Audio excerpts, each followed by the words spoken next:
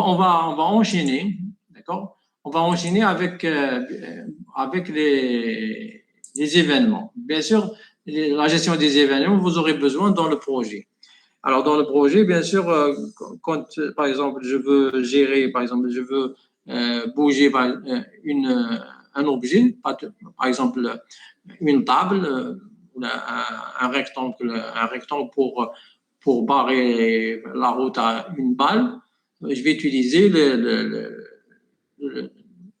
clavier. Donc, ce sont ce qu'on appelle cueil, donc les touches de clavier de mouvement. Alors, on peut aller vers la droite, vers la gauche, vers le haut, vers le bas, si je veux déplacer, par exemple, un objet.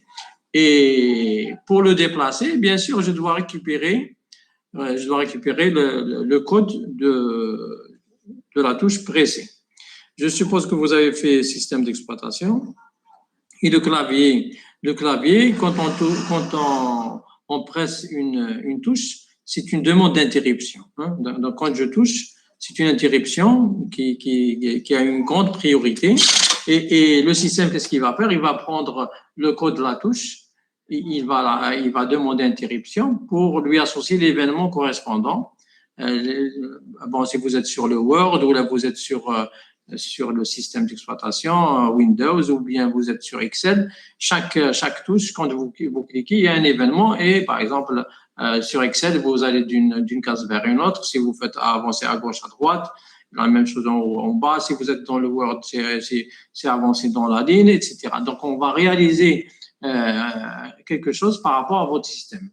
Et comment on le fait? On va récupérer un code. Alors, sur JavaScript, les différents codes sont des codes, donc c'est une valeur entière qui est associée au code. On récupère ça en utilisant une fonction. Donc, on va récupérer alors on va appeler avec JavaScript window add event listener. C'est-à-dire on est en attente d'un événement. Alors, countdown, ça veut dire qu'on a pressé une touche et on exécute la fonction ici, quelconque, on a appelé quelle touche appuyer. Et avec le format, on va mettre ici E ou n'importe quelle variable. Et on va récupérer le code. Le code, c'est key code event ou le E point. Donc ici, c'est la variable qu'on met ici. On va la retrouver ici. Voilà la syntaxe. Donc, switch, ici, c'est select case. Dans le cas 37, ça veut dire que c'est à gauche. Ici, qu'est-ce que je vais faire? Je vais faire un traitement. Si c'est à gauche, par exemple, on bouge le rectangle vers la gauche. Si c'est vers le haut, vers le bas, etc., c'est 39, 38, 40. Alors, vous pouvez implémenter ça. Ici, vous pouvez faire un console log. Hein, dans le PDF que vous avez ici console log pour afficher le code. Donc, 38, c'est quand je fais vers le haut. Quand je fais vers le bas, donc si j'affiche donc event.code, vous aurez donc ces codes-là. Bon, ça, c'est moi qui a fait la capture d'écran. Voilà. Ici, c'est pris d'un jeu que j'ai implémenté moi-même, c'est le mouvement de la raquette sur la balle. Donc, quand on fait ça, on récupère ça. Ça veut dire quoi? Ça veut dire que si je veux bouger ma raquette vers la droite, ça veut dire que je vais, en cas ici, right, je vais ici bouger ma raquette qui est pour moi un rectangle colorié vers la droite. Voilà, donc je dois écrire les instructions pour la bouger vers la droite parce que j'ai appuyé une touche pour aller vers la droite. La même chose vers le haut, etc. etc. Voilà. Ici, j'ai donné donc l'ensemble des clés qui seront utilisées pour votre jeu. Mais il y a d'autres, bien sûr, beaucoup d'événements. C'est l'événement de la souris, donc vous avez la possibilité de key down, key press, key up. Donc, quand j'appuie, quand je lève ma main sur la touche, etc. Donc, vous avez un ensemble de clés, vous pouvez les utiliser. Il n'y a pas que ceux ceux que j'ai présentés ici. Voilà, je peux aussi récupérer les coordonnées les coordonnées donc de la souris pour l'utiliser, d'accord, XY, en utilisant ceci. Voilà. Donc, je peux aussi définir des boutons et à chaque fois que je clique sur le bouton, donc je vais exécuter une fonction que j'ai appelée ici ma fonction. Voilà. Donc, on peut trouver en clic, en double-clic, en mouse, enter, leave, quand je rentre dans une région, quand je quitte la région, quand je bouge, quand je suis dessus, etc. C'est un ensemble de possibilités que vous pouvez utiliser pour le développement de jeux en utilisant JavaScript. Voilà. Bon, c'était l'essentiel, hein, donc l'essentiel pour faire votre TP. Alors maintenant, je vais vous demander, donc je vais expliquer donc un deuxième travail, plutôt un troisième travail pratique à faire, c'est que vous avez un paysage en entier, que vous voyez ici, d'accord? Et je vais visualiser mon écran en utilisant, voilà, je vais copier ça.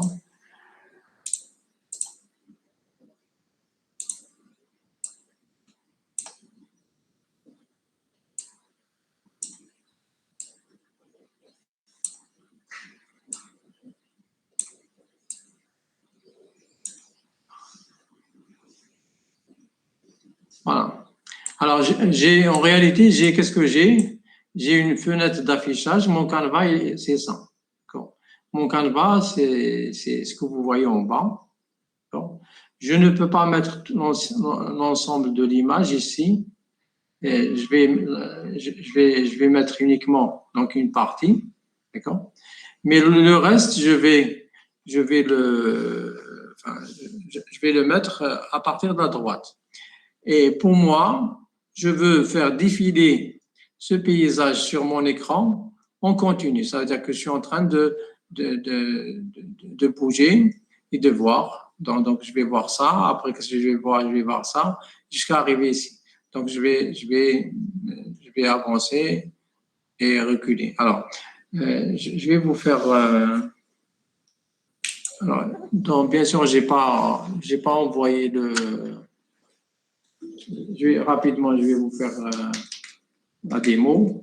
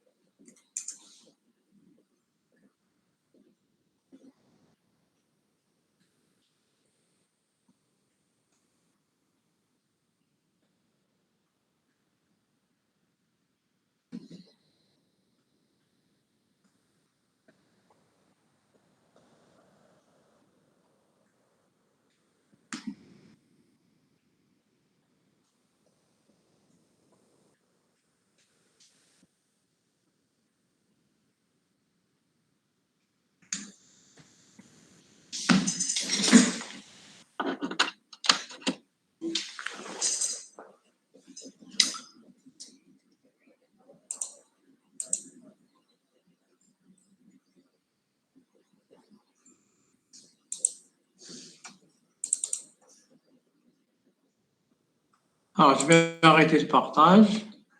Je vais vous demander de voir. C'est pas pris.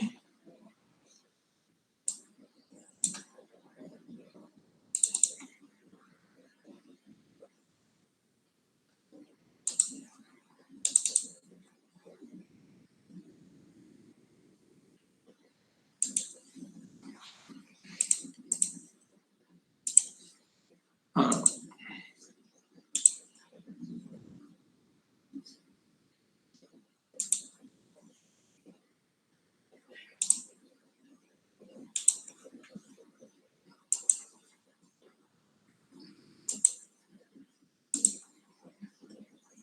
Alors, dites-moi ce que vous voyez, le partage.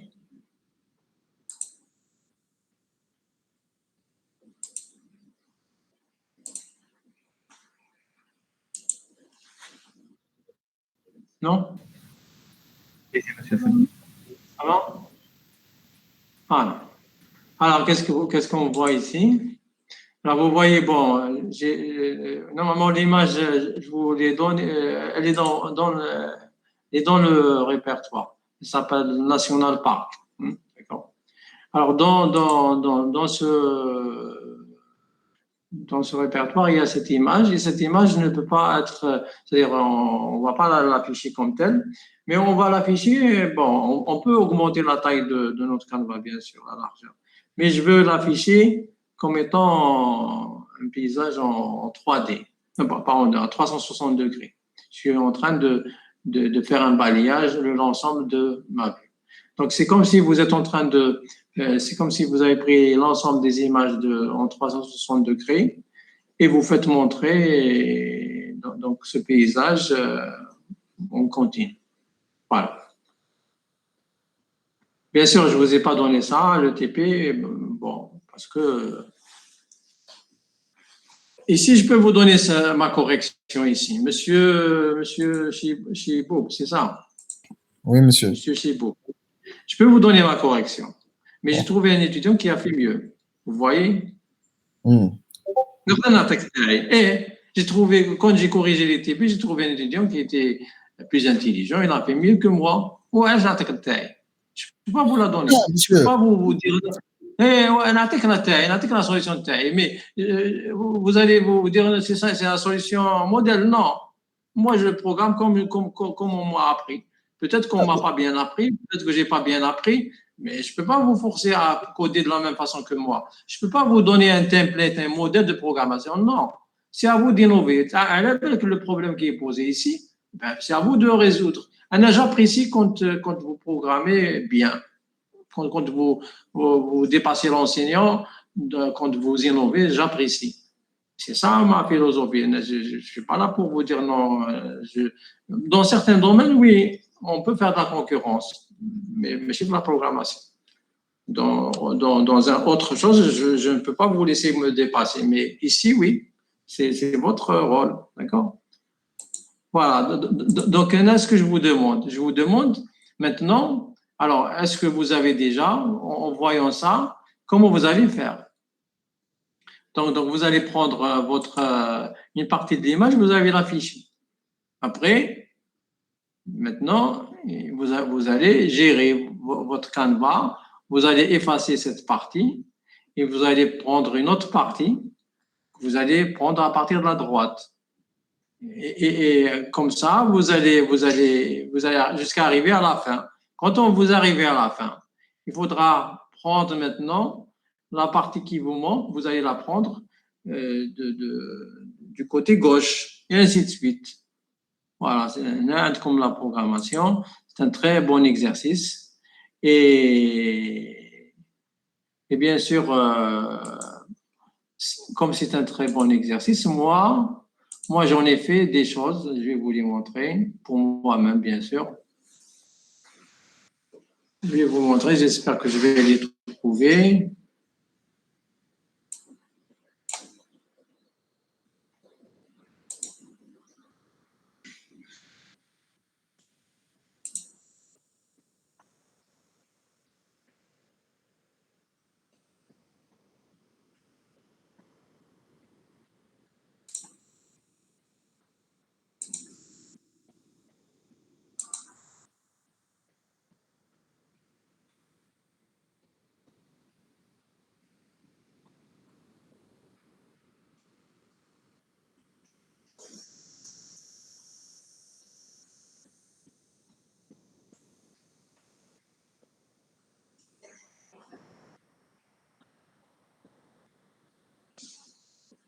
Bon.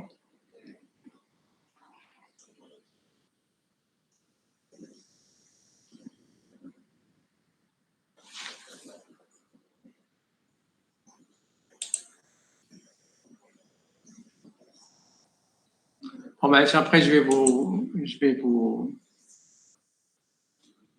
Sur place, comme ça, Alors, pour vous dire que moi, en utilisant ça, qu'est-ce que j'ai fait? J'ai présenté les slides.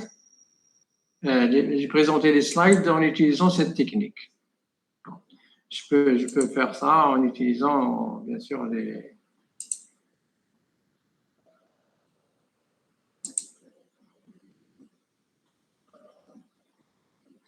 Voilà, alors je vais partager. Je vais partager pour vous montrer ça. Alors, comment on fait pour partager?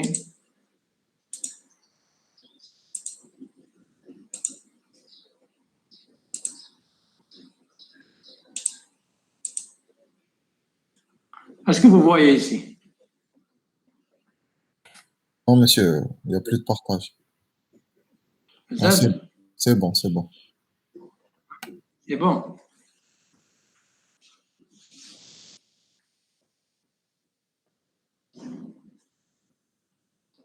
عاود من الأول ها.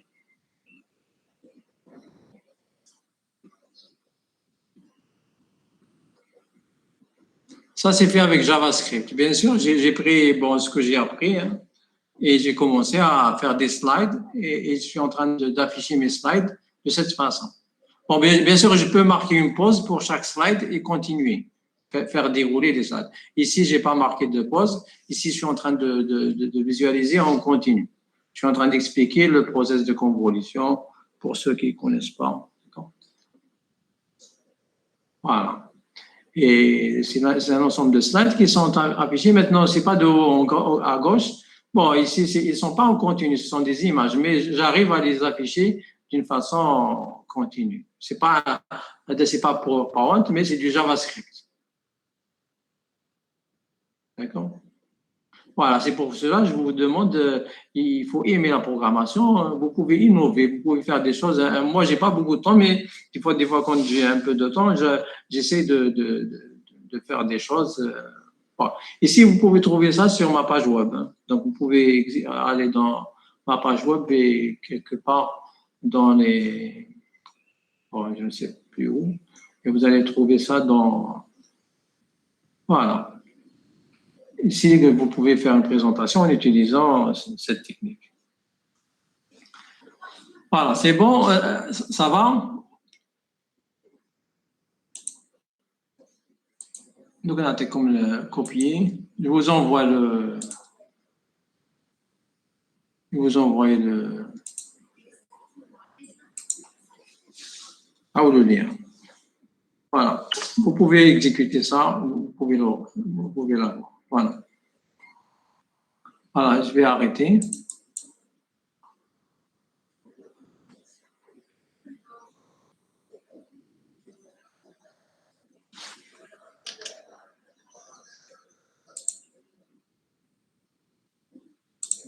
Voilà. Je vais arrêter ça. Et je reviens donc...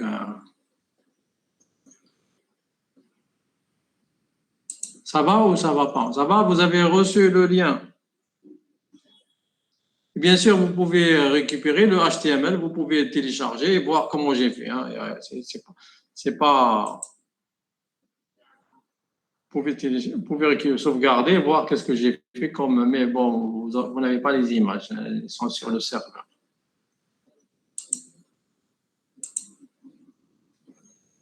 Est-ce que vous êtes toujours là?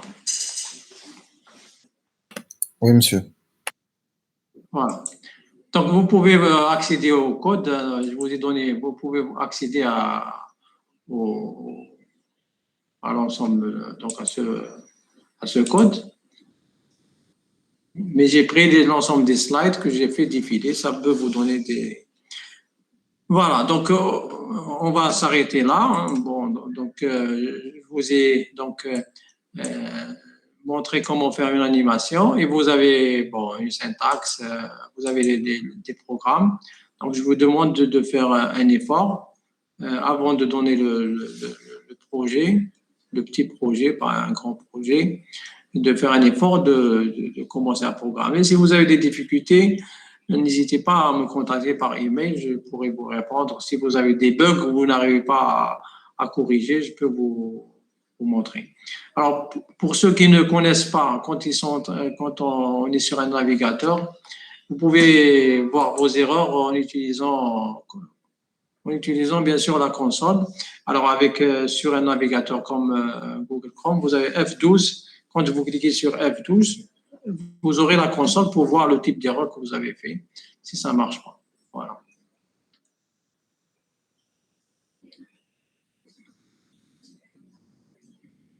Est-ce que ça va? Est-ce qu'il y a des questions?